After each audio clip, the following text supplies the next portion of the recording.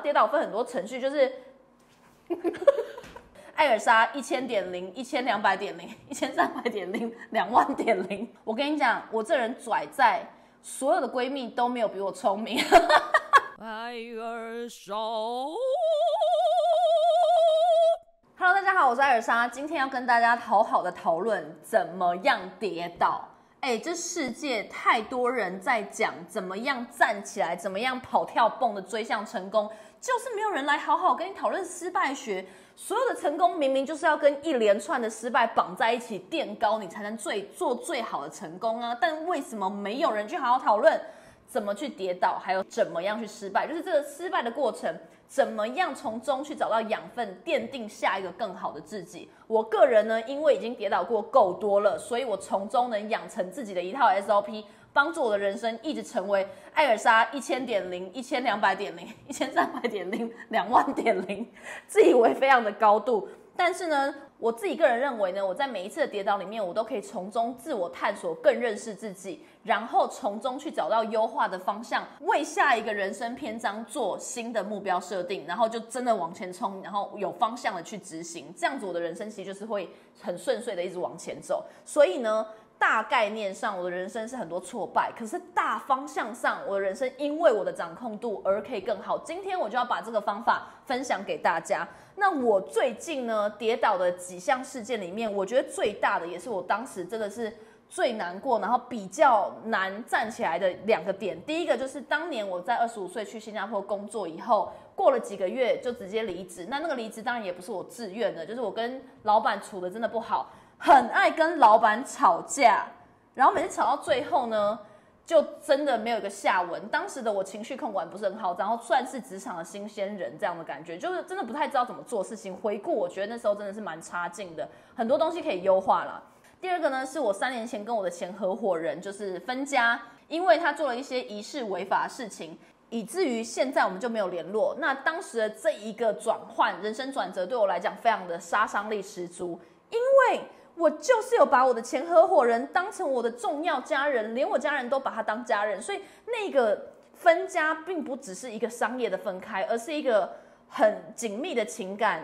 我觉得就被抽开了。所以当时是有很多情绪的东西我需要去缓解，然后还有很多生意、商业还有利益上的东西我需要去考量，所以全部的东西都在一起，我整个跌倒跌得乱七八糟。那是一个我觉得最错误的跌倒方式。我没有在跌倒的程序，你知道跌倒分很多程序，就是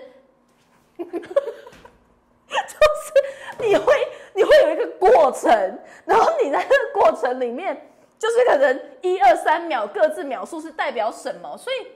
很懂得怎么解构你跌倒的过程的话，你就会知道你跌到这个状态的时候你要做什么事情，下一秒下一个状态的时候你可能预见下一秒会跌到哪里的时候，每一个节点都要做一个止损，都要做一个风险控管。它其实就是跌倒够多的人才能去总结出来的，但我当时都没有这些经验，然后就觉得在每一次的跌倒就是要一直奋战，然后每一秒我的权益一直受损的时候就是要一直吵架，都是无效沟通，所以这件事情非常错误，请大家真的回来面对到跌倒它是需要被控管它里面结构的风险的。但我们今天呢，这东西不会讨论到太多，因为我想要跟大家简化的去讲我怎么在跌倒过后去找寻里面的 SOP， 优化我的下一个站起来的新目标，还有新的人生可以站得更高。每一次呢，我在面对完这个跌倒以后，第一件事情呢，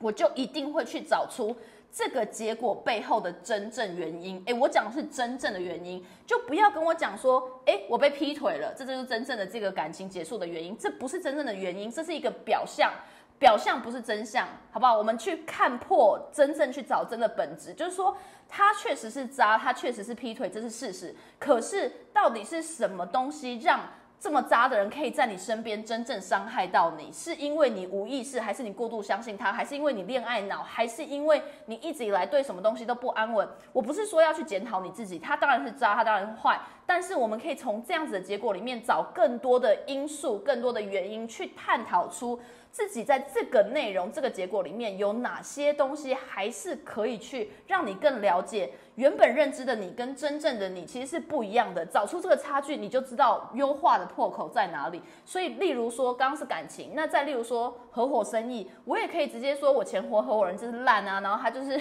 去赌博啊，去干嘛的，然后让我很可怜，就这样子分家，让我自己完全变成绝对受害者。可我说真的，所有的事情都没有叫做绝对的受害者。我不觉得我做了什么多坏的事情，可是我确实有做错一些事情。例如说，我一开始确实有看到一些迹象，但是我可能因为懒，我可能因为自己的利益，我可能因为各种其他的黑暗的思考点，而让我就得过且过，然后不去正视这些事情。我就需要在这一次的跌倒过后，好好的去很诚实的面对自己内心的所有东西，把那些东西一个一个列出来，告诉自己，因为就是这些的侥幸，让我最后要承担这样子的风险。所以未来只要在发生这些事情的时候，我要很注意我的黑暗面里面有没有这些列表，有没有这些内容又再次出现。因为人是一个行为模式非常会自己去复制自己的行为模式的，所以你过去做过什么样的事情，其实近期的未来也很可能再次犯同样的错误。所以我们只要避免自己再从中犯同样的错误，就可以优化了。其实进步和优化就这么简单。所以呢，我在第一个步骤去找完这一些做这些错事的背后真的原因以后呢，我就会在这样子的探索里面去第二个步骤，找到优化的内容和方向，告诉自己好，我要改变。但是我不要空口说白话，我也不要只讲大方向的口号，我就是说我要改变什么，我要改变自己的情绪过度，我要改变我对别人的不信任，我要改变我每次只巩固自己的利益，我要改变得过且过的侥幸心态，这些都是一个具体的内容，让你知道我就是改这个东西，而不是只是说我要改变。改变什么不知道，就是下次只是变成无糖去冰，超烂，烦就是我要改变，可你不知道到底内容是什么，所以你就会动不了。所以很多人会说，我没有行动力，我不知道怎么执行，我不知道要做什么事情，就是因为你只是大概念上知道做这件事，可是你不知道具体的细项是什么，你必须要自己去找出具体的细项，帮助你自己达成目标。所以就来到了我们的跌倒的 SOP 第3个。你要去找到新目标，然后找你的伙伴，找你的支持你的人，就是你身边那些最亲近你的亲朋好友，去跟他们详尽讨论你想要做的这些改变是不是正确的，为什么一定要这样做？因为你的朋友们，尤其是我们出社会了以后，这些闺蜜或同事们，他是真的有跟你共事过，跟你的家人不一样，家人只会在就是洗碗的时候站在你旁边，或回家看电视的时候一起，所以他不知道你在职场里面或是工作面向真实的状态是什么。所以你在知道自己的优化几点列出来，方向也知道了以后，最后一步一定要去找一些客观的人帮你去全面解析这些事情，然后跟你一起讨论说，对，其实我一直也觉得你可能有这些问题，你可能要改善，然后一定要接纳朋友讲实话的状况，不要就整个北宋然后臭脸，你这样子会没有办法鼓励大家继续跟你说实话。我跟你讲，人生到30岁左右只要你继续拥有可以跟你说实话的好朋友，那些人就叫做好朋友，因为他们对你的帮助会比你想象中的还多。所以呢，我们在听到这些人跟我们讲这些真实的反馈了以后，你就会知道，好的，你的下一个步骤，下一个新目标，就是跌完倒以后站起来华丽翻身点的新目标到底要走向哪里，一起探讨出来，这就是新的努力的策略。那最重要的事情是，很多人呢会跟我反映说，艾尔莎你那么多闺蜜，然后你在跟他们分享内容，你都不会觉得很像在情绪疏泄给他们，然后他们就会很痛苦，然后你们就会没有一个共识。我跟你讲，我这人拽在所有的闺蜜都没有比我聪明，但是我很知道怎么样引导他们给我反馈，所以我需要的不是比我聪明，或是比我什么职场能力更强，或是创业更大的人，我需要是很懂我的人，很熟悉我的人，在不同的面向全面客观的去看，我看这件事情是不是有盲点的，这样子才会解决我真正的状况。所以呢，我就会在最后问他们的时候，去跟他们讲话的内容是以事件为主，然后以我的情绪为辅。我可以，当然她是我的闺蜜嘛，所以我会跟她宣泄分享，可是宣泄只占里面的10% 或20%，不会造成我们两个的讨论是像抱怨。找你的闺蜜一起讨论事情，所以重点呢就是不可以一直从头到尾100% 的内容都在讲情绪化的事情，然后去讲不跟这些内容无关紧要，也不去想解决方针。然后闺蜜跟你一起站在一起讨论事情了以后呢，你们就要一起共识出，你也可以问她说，接下来你的下一步骤这样走，你觉得对不对？或是你觉得适不适合我？从第三方去听